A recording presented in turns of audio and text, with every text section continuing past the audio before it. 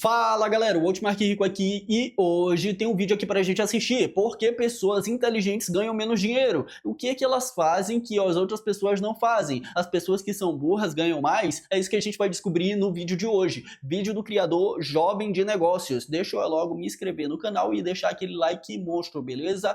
Então vamos ver aqui o que é que ele tem pra falar sobre tudo isso.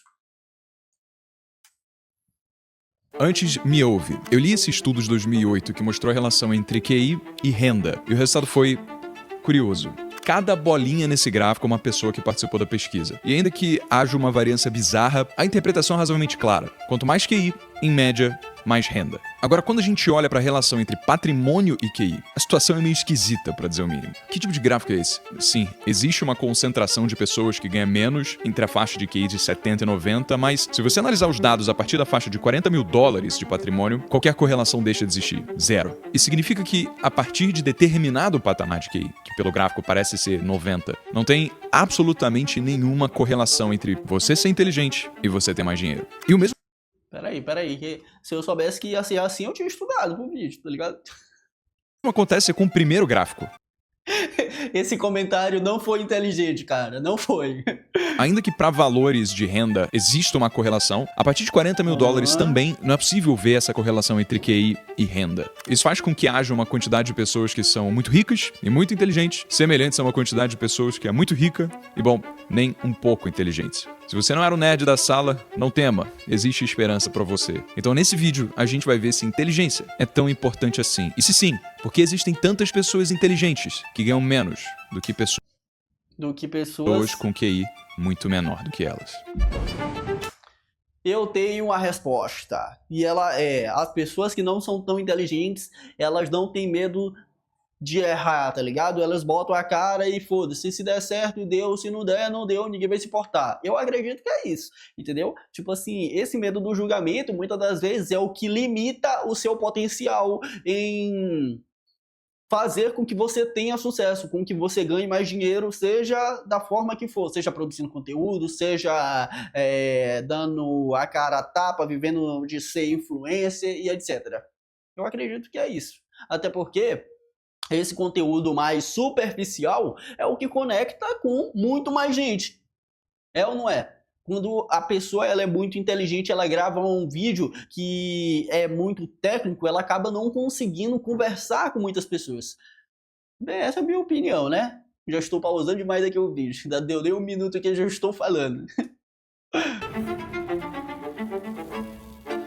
Tudo que eu falei até agora é muito interessante e pomposo, mas também é falso. Quem não mede todos os tipos de inteligência? Alguém pode ser um gênio em inteligência social e ser considerado burro num teste de QI. Só que muitos Penny, de The Big Bang Theory. Ela é muitas das vezes retratada como a personagem mais burrinha do grupo. Ela até é um pouco estereotipada, porque ela é uma garota muito bonita, loira e não tão inteligente assim. Só que no meio do outro grupo, que tem o Sheldon, o Leonard, o Howard, o Kutrapali, ela é uma das pessoas que mais sabem lidar emocionalmente com as situações. Ela é uma pessoa que estava sem emprego e tudo mais e consegue ganhar um emprego, consegue fazer tudo na base do carisma, na base do social, entendeu? Então, talvez essa seja uma habilidade tão importante quanto dominar outras habilidades inteligentes, como aprender sobre ciências, sobre esses assuntos que às vezes podem ser um pouco técnicos, entende? pessoas são pagas justamente por esse tipo de inteligência. Pessoas que são promovidas a cargos de liderança, como coordenadores, gerentes, diretores, C-levels, precisam mostrar algum grau de destaque em inteligência social para organizar, para motivar, liderar pessoas que compõem o seu time. Elas não precisam ser especialmente boas em memorização, identificação de padrões, raciocínio espacial, todas essas habilidades que são medidas pelo teste de QI. Até porque elas possuem ferramentas que as ajudam a compensar essas defasagens sem grandes perdas reais para uma empresa. Elas conseguem compensar sua pouca memória com agendas e plataformas de gestão, identificação de padrões por ferramentas e softwares especializados para isso e delegar o raciocínio espacial para alguém do seu time que seja Ele acabou de falar aqui, eu já ia falar, mas ele acabou falando primeiro. Exatamente isso. Ela pode não ser tão boa nessas habilidades, mas ela pode conhecer alguém que é muito bom fazendo aquilo. E com carisma, com um bom relacionamento, fazer com que essa pessoa entregue essas informações que ela tanto precisa, entende? Muito bom nesse tipo de coisa. Mas saber lidar com gente, isso não tem ferramenta que ajude a fazer. Quando alguém do seu time perder a cabeça, levantar a voz, apontar o dedo, falar mal dos outros, o líder precisa saber dar os feedbacks duros com elegância, que não só fazem quem mandou mal reconhecer que ele errou, mas até agradecer por ganhar a oportunidade de ser melhor. Reflita 5 segundos, pausa o vídeo, responde nos comentários. Qual que você acha que é o QI do Neymar? Sei lá, 83? Não sei, velho. Mas, por outro lado, é um dos maiores jogadores, não é nem maiores, como é que eu posso falar isso aqui? Um dos jogadores mais midiáticos da sua geração. Não importa, velho, se tu fez um hat-trick ontem e tu chegou na mesma sala que o Neymar. Ninguém tá nem aí, pô. O Neymar chegou, não existe, tipo assim, um grau de atenção que você vai receber que seja tão foda, tão alto do que o Neymar na sala. Entende o que eu quero dizer? Escreveu? A resposta é: quem se importa? Quem disse que o Neymar é pago pela sua habilidade matemática? Ele não precisa de QI para ganhar dinheiro. Ele precisa de um tipo de inteligência chamada de corporal sinestésica. E se tivesse um teste que fosse capaz de medir isso? Corporal sinestésica. Isso aí eu ainda não tinha ouvido falar, não. Ouvido é foda, é escutado. Ele provavelmente estaria na faixa de gênio do espectro. Agora, pega o empreendedor, por exemplo. A sua maior dependência para fazer um negócio dar certo não é QI. Ele precisa de inteligência emocional para arriscar o próprio dinheiro, para começar o negócio, continuar tentando mesmo quando tudo estiver dando errado, humildade. Eu acho que o empreendedor é o maior exemplo de fé que a gente pode ter, assim. Posso estar falando besteira aqui, tô só pensando alto, mas investir o seu dinheiro, seu esforço, seu talento, seu tempo em algo quando você ainda não consegue enxergar os resultados, o que te mantém fazendo tudo aquilo é a possibilidade de acreditar que dias melhores virão, que dias melhores poderão fazer com que o seu trabalho passado seja recompensado. Isso aí, se não é um exemplo de fé, cara, eu não sei o que é.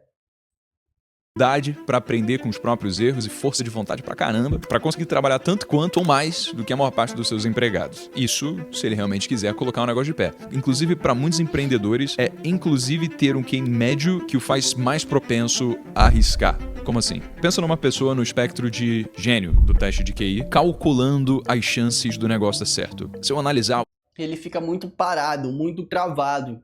Tá ligado? Eu não posso arriscar por isso, por causa disso, daquilo. E às vezes, quando você tem esse espírito empreendedor, você quer ver aquela ideia que você teve na sua cabeça se tornando real no mundo aqui. Você tirar algo daqui da sua mente e conseguir materializar aquilo. E isso é a parada que é o espírito do empreendedor, velho.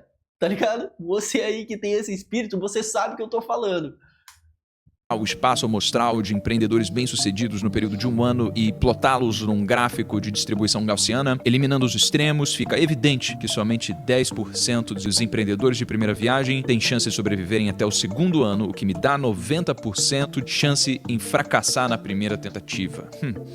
Não vale a pena. Às vezes alguém com QI maior poderia simplesmente chegar à conclusão racional que os riscos de empreender são muito grandes, por isso não seria lógico tomar esse passo. Então, inteligência não é um fator determinante para o sucesso. Fim de conversa, assunto encerrado, ficamos por aqui nesse vídeo. Ou é? O estudo no começo do vídeo não diz que pessoas inteligentes ganham menos. Ele diz que a inteligência medida pelo teste de QI não é um fator determinante para o sucesso de um indivíduo. Não quer... Porque para mim, isso aqui deixa bem claro que o QI, que um teste de QI, que uma prova que você faz na escola é apenas um registro de um momento que você viveu. Não necessariamente que você vai ter sucesso no futuro ou fracasso. Não importa. O que importa é a sua capacidade de cair e continuar levantando. Errar e a cada vez que você errar, você revelar do outro lado um acerto. E isso vai te aproximando do sucesso. Entendeu? Essa capacidade de não desistir, porque quando você faz lá uma prova, sei lá, você acordou num dia que você não estava tão bem, você não estudou tanto que você deveria estudar, ou você estudou, mas aquelas perguntas não eram sobre o assunto que você havia estudado, e aí você tirou uma nota baixa num teste de QI, e aquilo ficou registrado como você não ser bom o suficiente. Para mim, isso não faz o menor sentido.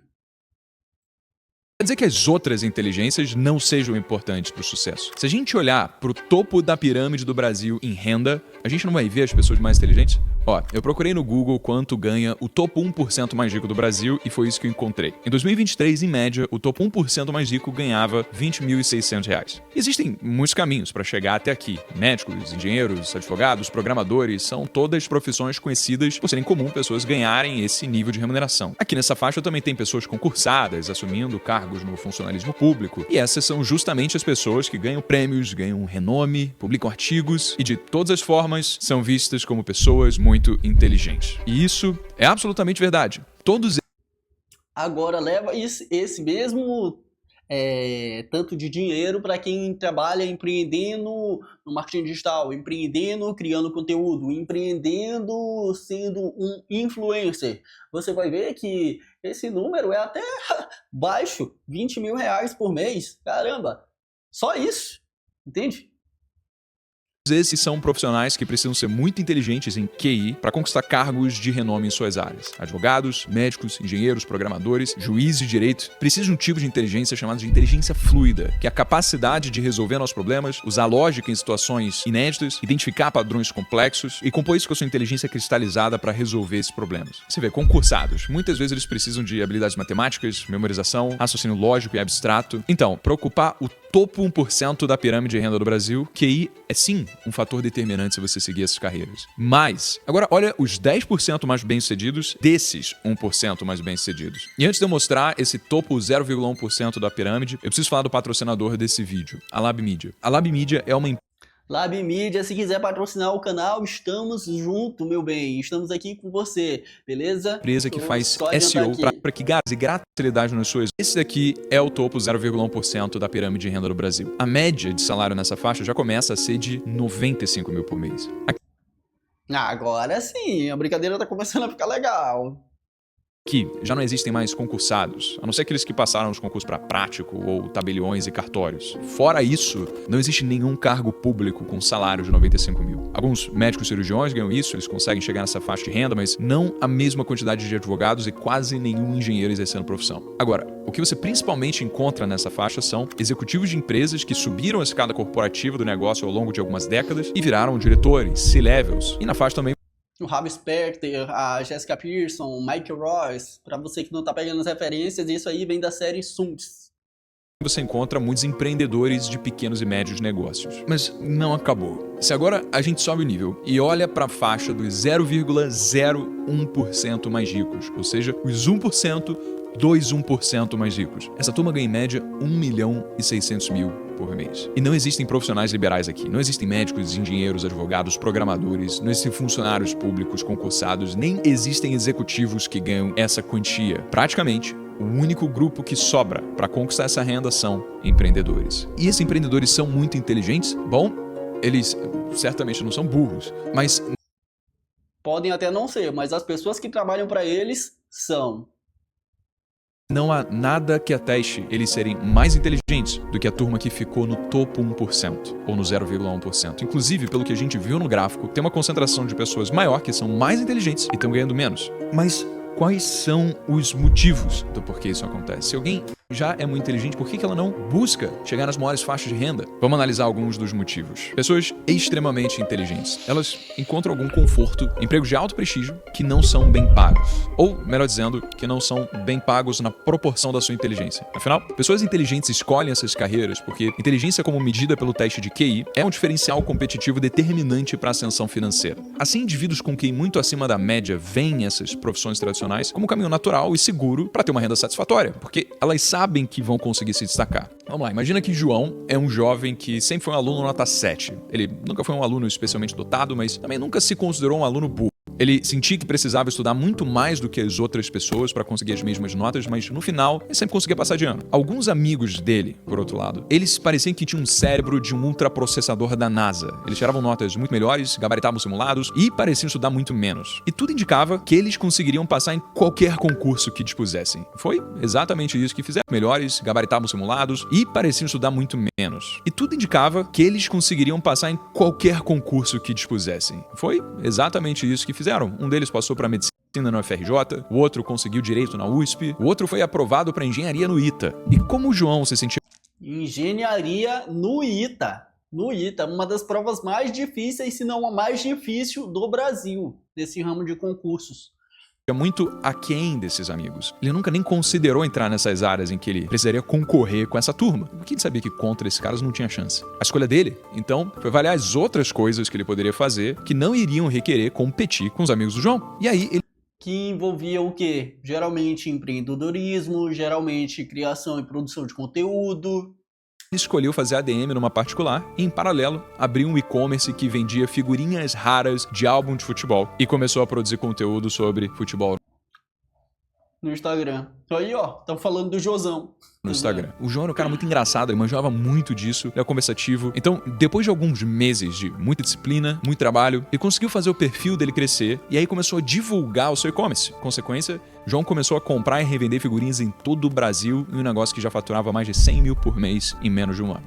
Ainda que essa seja uma história fictícia, ela não deixa de mostrar como pessoas com QI muito alto a sua inteligência para performar bem onde inteligência é muito necessária. Só que, para chegar no topo 0,01% das pessoas com uma renda, inteligência, como medida no QI, não é o que é mais necessário. Outras inteligências são. Existe uma barreira indescritivelmente menor para abrir um CNPJ do que para passar num concurso de juiz de direito. E um negócio que fatura R$1 milhão por ano não é a coisa mais difícil de fazer. É difícil, mas é menos difícil do que, por exemplo, se tornar um cirurgião plástico de renome nacional que ganha a mesma coisa. E abrir um negócio nesse tamanho leva muito menos tempo também. Talvez um cirurgião plástico de renome tenha investido 20 anos entre faculdade, residência, trabalho em hospital, clínicas privadas para fazer o seu nome e começar a ter essa renda. Enquanto um empreendedor que conhece o mercado que está entrando, que resolve um problema real e sabe montar uma operação, talvez ele consiga a mesma coisa em 2 ou 3 anos.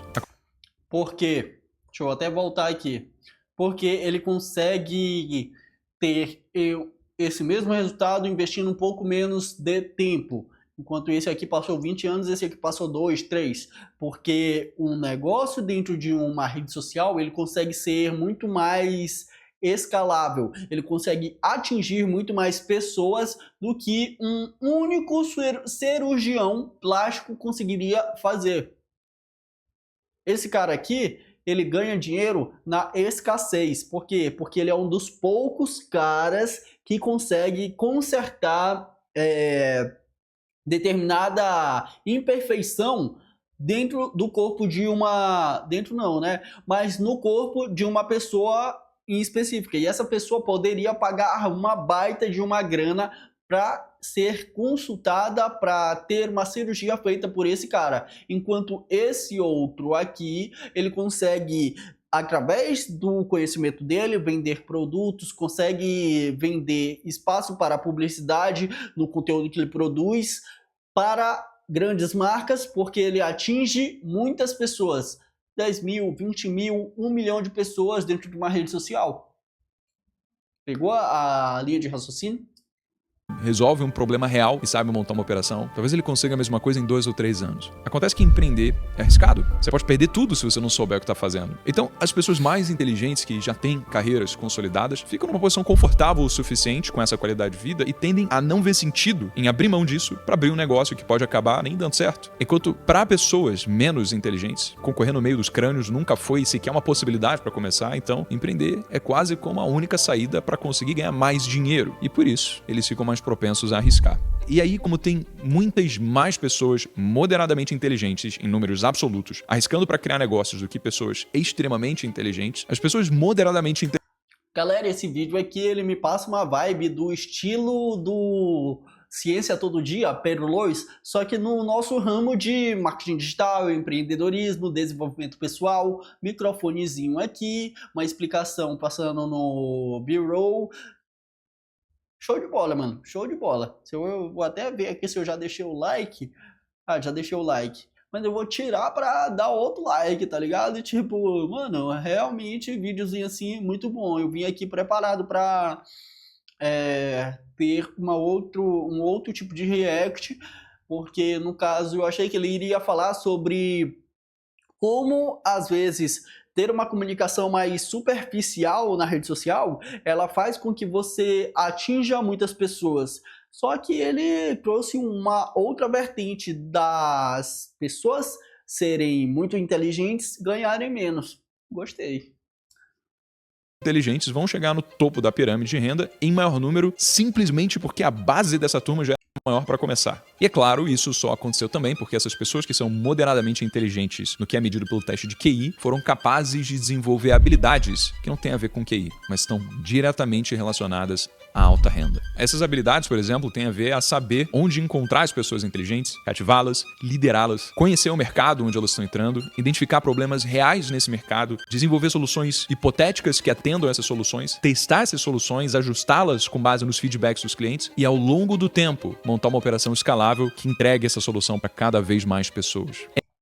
De novo a palavra surgindo aqui, escalável, uma operação que tu consegue atingir muitas pessoas e você consegue fazer isso muito de uma forma mais eficiente dentro da internet, porque por mais que você monte uma boa loja na sua cidade, por exemplo, você às vezes pode acabar se limitando ou limitando o potencial da sua loja para vender os produtos que você tem só para as pessoas que passam, por exemplo, naquela rua, ou naquele bairro, ou naquela cidade, ou no seu estado, entende?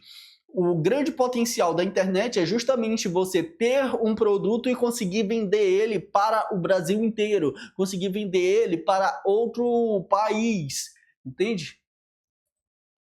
Essas são habilidades tangíveis que podem ser desenvolvidas. E o motivo pelo qual eu estou te falando isso foi porque é exatamente o que eu fiz. Nos últimos 18 meses, eu construí uma empresa do zero chamada Jovens for Schools. Hoje a empresa tem 43 colaboradores, mais de 20 mil alunos em escolas espalhados por todo o Brasil, mais de 20 milhões de reais em contrato, e isso comigo tendo ficado 11 meses desse tempo sem fazer um vídeo aqui no YouTube. E as habilidades que eu precisei aplicar para isso não foram relacionadas a redes sociais, a produção de conteúdo ou a qualquer coisa que eu já tenha falado aqui. As únicas pessoas para quem eu compartilhei isso foram empresários do G4 Club, em que eu dou aula, que já têm empresas de faturamento de no mínimo 20 milhões por ano. Mas eu quero compartilhá-los com você. E para isso você não vai precisar ter um negócio multimilionário. Você pode ainda estar no começo ou começando do zero. Tudo que eu te peço é de disposição para colocar o plano que eu vou te entregar em prática e investir 6 meses da sua vida para seguir o passo a passo que eu vou te trazer. Se você conseguir fazer isso, eu decidi separar uma parte do meu tempo para estar mais próximo de você. A forma como eu estou fazendo isso é abrindo as vagas para minha primeira mentoria. Ela chama Pilar, Plano de Independência,